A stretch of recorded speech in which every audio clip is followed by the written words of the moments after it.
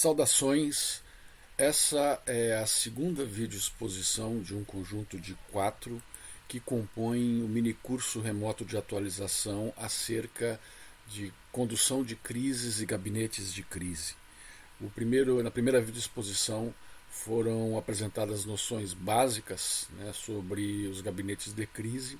e esse segundo vai versar sobre os componentes imprescindíveis para os gabinetes de crise. Essa iniciativa do minicurso é do Laboratório de Apoio Integrado em Saúde Coletiva,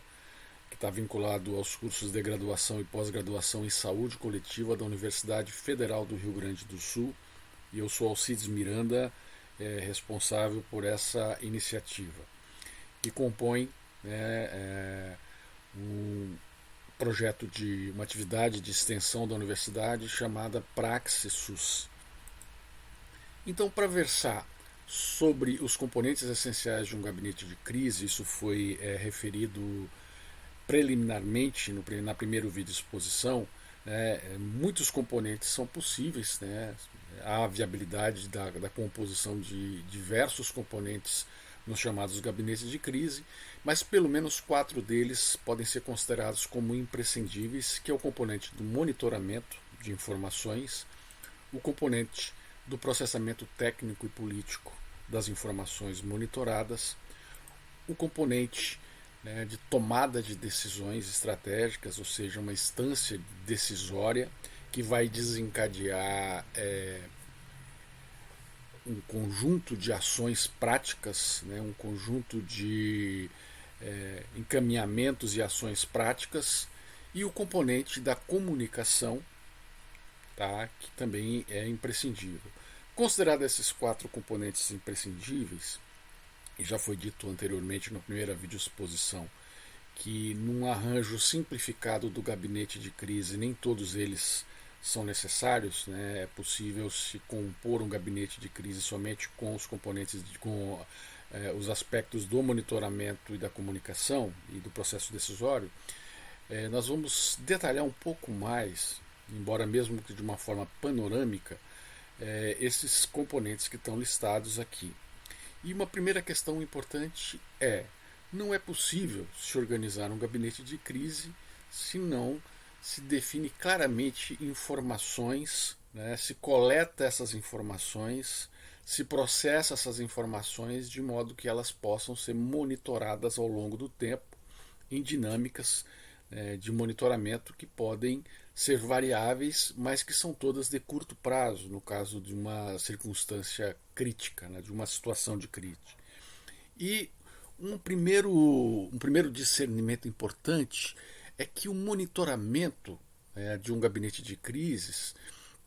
ele é distinto de um monitoramento normal de um sistema de vigilância ou de sistemas de vigilância ou outros sistemas de informação de saúde. Em primeiro lugar, que o tempo de operação sempre é um tempo de curto prazo. Sempre são informações que precisam rapidamente ser processadas, porque elas vão subsidiar tomadas de decisão de curto prazo, e os usuários dessas informações são aqueles que estão concentrando a sua atuação no gabinete de crise. Outra questão importante é que nos sistemas de informações usuais, nos sistemas de vigilância usuais, se trabalha com um conjunto relativamente grande de dados e informações, de indicadores, de índices, porque há uma periodicidade variável em análises de situação e no monitoramento. No caso do gabinete de crise, há uma ultraseletividade de informações. Quer dizer, não é possível trabalhar com um conjunto grande de informações, e o processo de escolha, de seleção de informações é um processo que deve ser muito criterioso, muito apurado, muito refinado, porque dessa seleção vai depender a efetividade do gabinete em termos de não só do monitoramento, mas da tomada de decisões. Então não é permitido atraso, o tempo sempre tem que ser um tempo hábil, um tempo eficaz da tomada de decisão, inclusive para os encaminhamentos práticos e para as decorrências dos encaminhamentos práticos. E as informações que são trabalhadas no gabinete de crise, dada a circunstância, elas são muito perecíveis, ou seja, elas mudam muito rapidamente. Numa crise surgem elementos novos, surgem variáveis ou algumas variáveis intervenientes se tornam mais potentes, alteram muitas vezes o intercurso daquela crise. Isso faz com que aquelas informações que são geradas elas tenham um grau de perecividade muito grande. Elas podem estar superadas numa questão de horas. E daí a importância, no caso do monitoramento do gabinete de crise, de ter um tipo de coleta de dados a partir da seleção prévia das informações que vão ser trabalhadas. E o uso é muito específico, como foi colocado anteriormente. Em se tratando do monitoramento para os gabinetes de crise, e existem alguns aspectos que são muito importantes, e talvez o mais difícil deles, o mais importante também, como eu disse anteriormente, é a seleção de quais as informações que devem ser monitoradas. E há um conjunto muito grande de possibilidades, aquele dito popular que refere que numa enchente o bem mais precioso é a água potável. Então há uma profusão de dados, informações, acerca de vários contextos, de vários focos numa situação de crítica,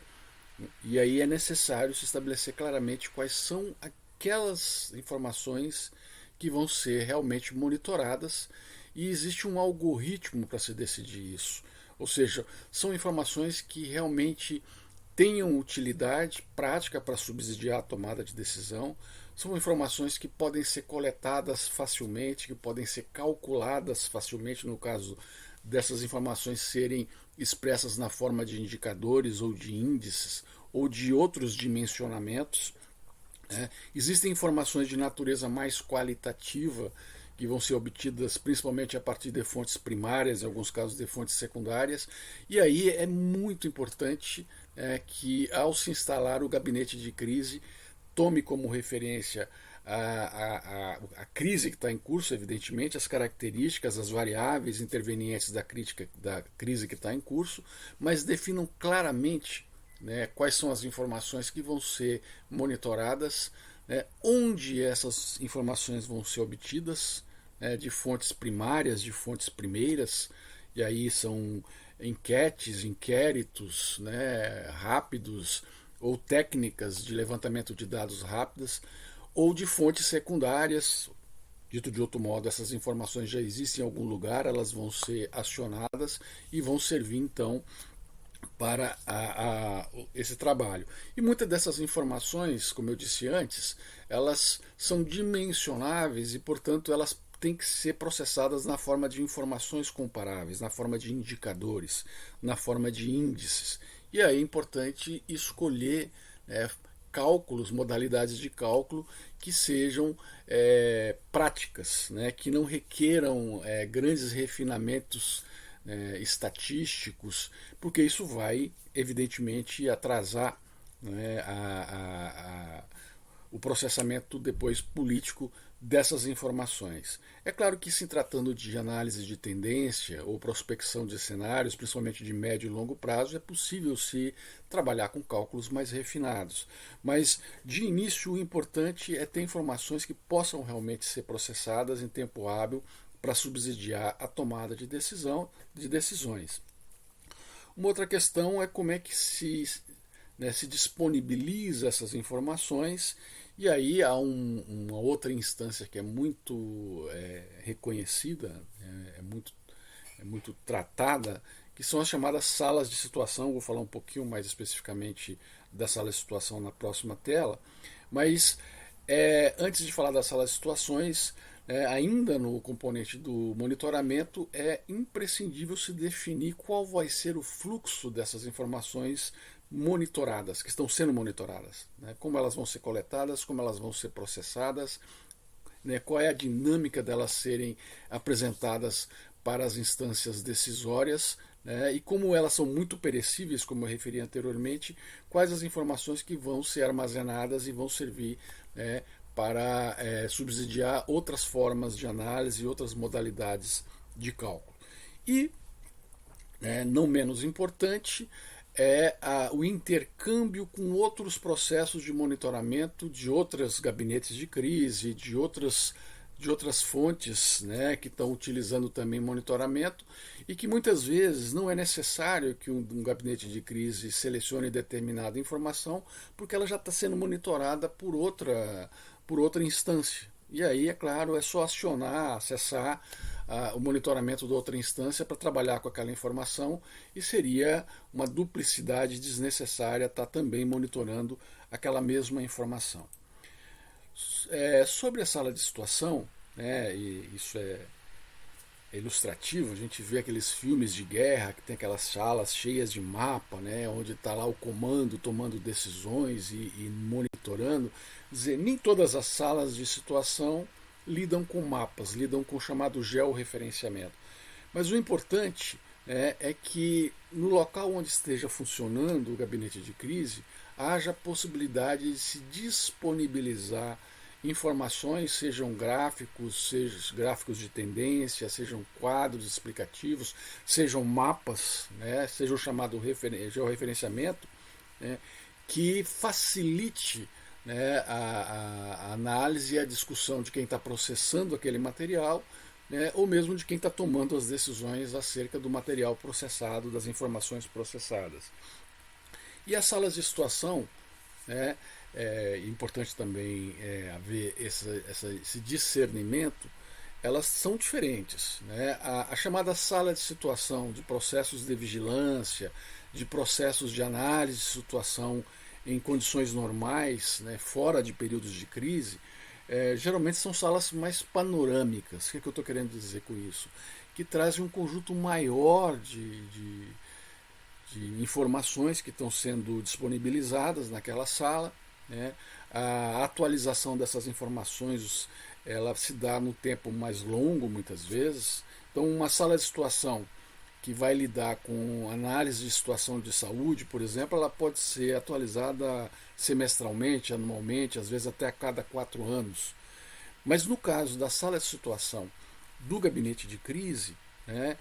como as informações são ultra seletivas e como o tempo, a duração, da validade dessas informações também é muito rápido, é muito perecível,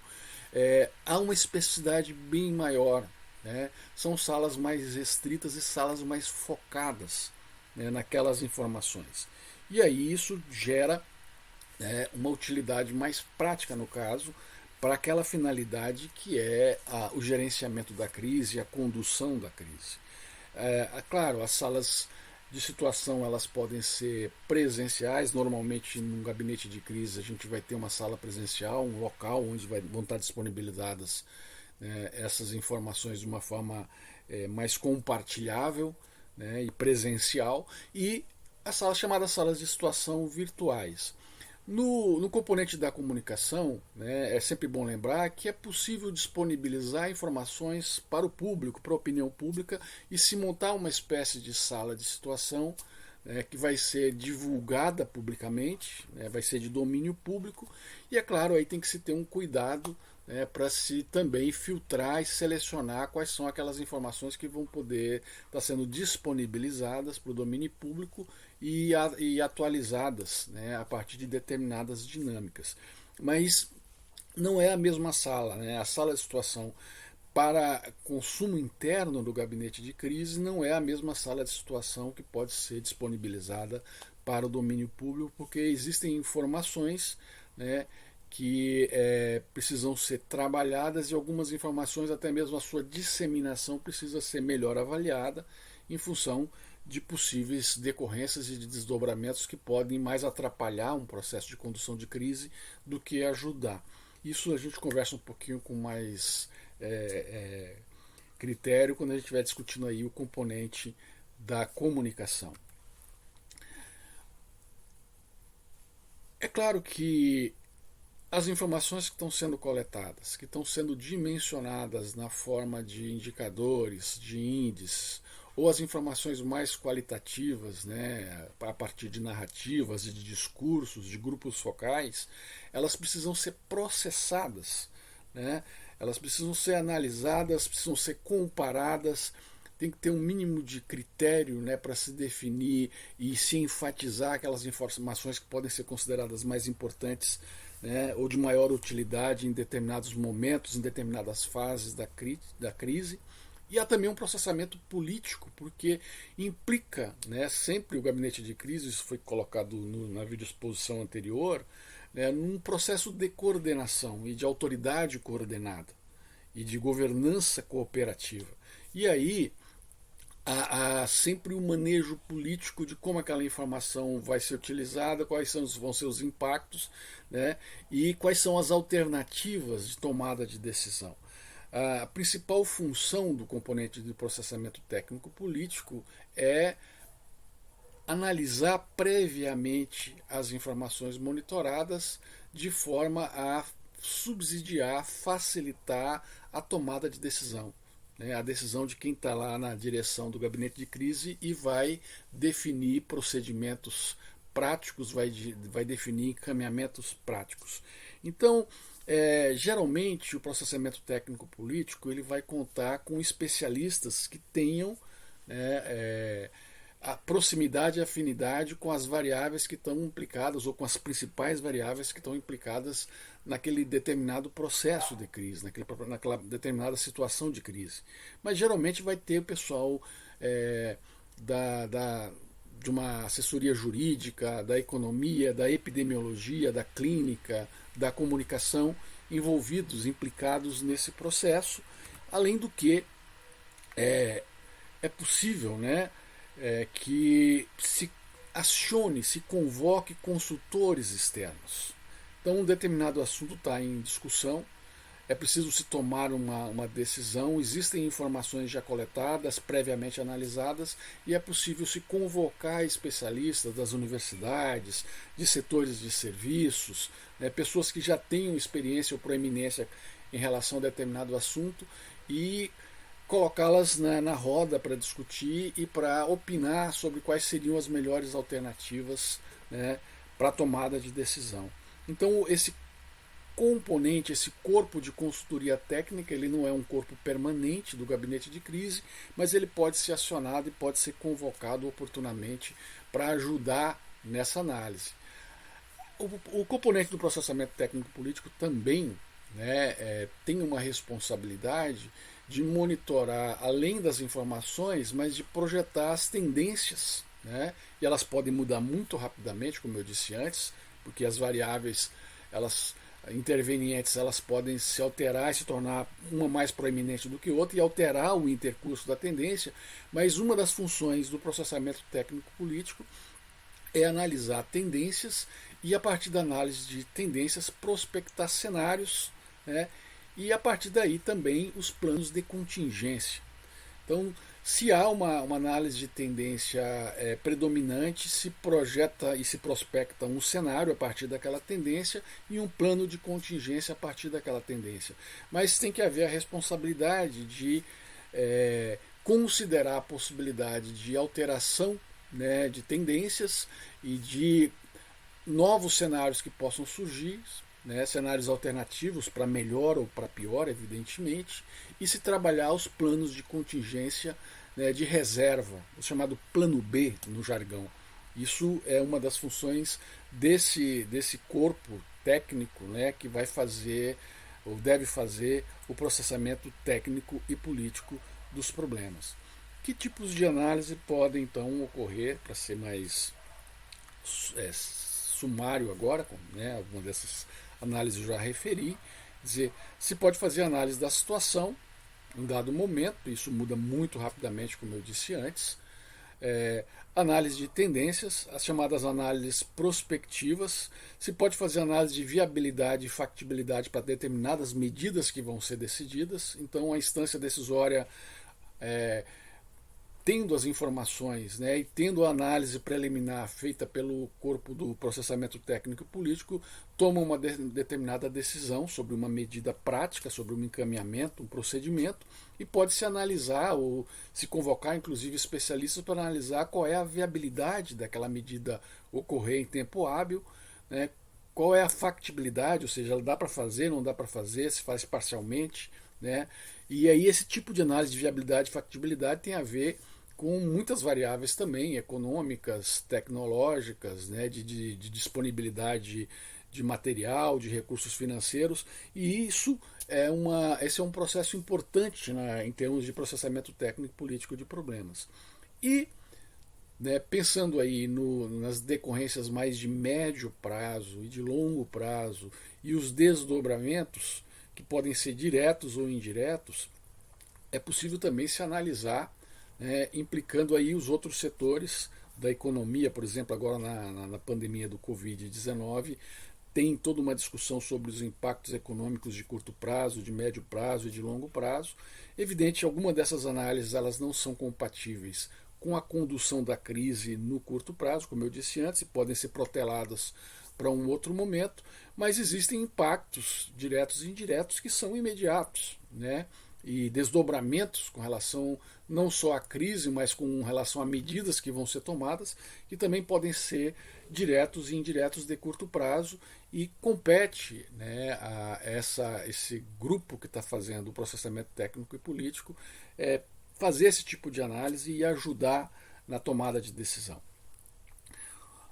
O processo decisório, né, ele tem muito a ver com quem está vou ser redundante, né, mas quem está dirigindo os grupos, né, e todo o trabalho do gabinete de crise. Mas normalmente são gestores governamentais ou são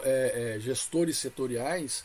que vão tomar as decisões sobre o que fazer a partir das informações monitoradas e processadas. Que medidas devem ser tomadas, né? Isso é, implica, claro, numa poliarquia, porque podem ter vários dirigentes implicados no mesmo gabinete de crise, principalmente se é um gabinete de crise sob autoridade coordenada, que implica várias instituições, e também em medidas hierárquicas, porque uma vez que uma decisão é tomada, ela precisa ser, né, encaminhada, ela precisa ser passada e ela precisa ter efetividade, ela precisa ser realizada. Então, a partir da decisão que é tomada no gabinete de crise, né, aquela medida tem que ser encaminhada para intermediários até chegar na ponta e poder ser realmente efetivada. Existe uma cadeia, né, de comunicação das decisões, existe uma cadeia de comando e de avaliação, né, sobre a efetividade, né, daquelas medidas, a eficiência daquelas medidas, que tem a ver com a questão do uso dos recursos, a eficiência, a efetividade tem a ver com os impactos reais, né, no mundo real. Então, isso é importante, e no processo decisório, eu vou enfatizar isso bastante na próxima videoexposição, quando eu estiver falando de sala de situação em rede, né, há uma alternativa, né, de uma governança corporativa, intercorporativa, entre corporações, né, mais autoritária, mais vertical, e há, né, a possibilidade de um processo de governança cooperativa, né, com estratégias cooperativas e com uma autoridade coordenada, com coordenação. E aí isso muda bastante, né, o que ocorre a partir do processo, durante o processo decisório e a partir do processo decisório. Mas é uma questão muito importante que deve ser enfatizada. Por fim, não menos importante, a questão da comunicação. Se a gente for fazer uma revisão bibliográfica sobre condução de crise, gabinete de crise, a gente pode denotar que a maior parte das produções bibliográficas, das publicações, enfatizam mais esse aspecto. E não é à toa, porque ele é um aspecto de grande importância, né? O processo de monitorar informações, de preparar essas informações, analisar essas informações, se tomar decisões, se encaminhar medidas, né? Ele precisa de transparência, mas também precisa de opacidade. Tem determinadas informações que não podem ser simplesmente jogadas para o domínio público, elas podem, a interpretação equivocada sobre essas informações, né, ou precipitada sobre essas informações, pode gerar desdobramentos, decorrências que vão dificultar, inclusive, a condução de crises. Então, a opacidade, nesse caso, de determinadas informações, mesmo que temporária, é estratégica e é importante. E existem informações que evidentemente podem e devem, né, ter uma grande transparência, serem repassadas para a opinião pública, mas é importantíssimo uma articulação entre as instituições que estão implicadas no gabinete de crise ou os diversos pontos, né, institucionais de um gabinete de crise, para que sejam uma informação que tenha um certo grau de homogeneidade, né? Não uma informação unívoca de uma voz só, mas é importante que haja, né, a possibilidade de que aquela informação seja considerada uma informação confiável, né, ela possa ser disponibilizada, possa ser compartilhada e possa se evitar contradições, controvérsias desnecessárias. Então, geralmente, num gabinete de crise, né, a informação ela é atribuída para uma pessoa, né, uma espécie de porta-voz, pode ser um dirigente ou pode ser alguém intermediário, né, em termos de direcionalidade, mas aquela pessoa ela passa a concentrar, né, em determinados momentos a divulgação, a disseminação das informações, né, de modo que se evite que uma pessoa diga uma coisa, outra diga outra na mesma instância do gabinete de crise e vai gerar, como eu disse antes, as controvérsias. Então, existe alguém que fala pelo gabinete de crise e alguém que passa as informações para a opinião pública, e essa pessoa, evidentemente, ela tem que ter um certo preparo, né, ela tem que saber lidar, né, principalmente com a dinâmica, né, de intervenção com a mídia, com as mídias, com as diversas mídias, né, com momentos de tensionamento, com momentos de questionamento. Então tem que ser uma pessoa que tem um certo preparo, e é claro que o gabinete de crise pode contar com especialistas em comunicação que podem ajudar, né, nesse aspecto, podem ajudar as pessoas que vão estar responsabilizadas por serem os responsáveis pela difusão concentrada do gabinete de crise, o chamado porta-voz. Bem, a segunda exposição termina aqui. Mais uma vez, a referência de leitura também é o livro do professor Carlos Matos, Adeus, Senhor Presidente. Outros textos vão estar disponibilizados na plataforma Moodle ou Lumina, para quem então estiver fazendo esse mini curso. E a próxima videoexposição vai versar sobre a ideia, né, a configuração do gabinete de condução de crises em rede. Até lá!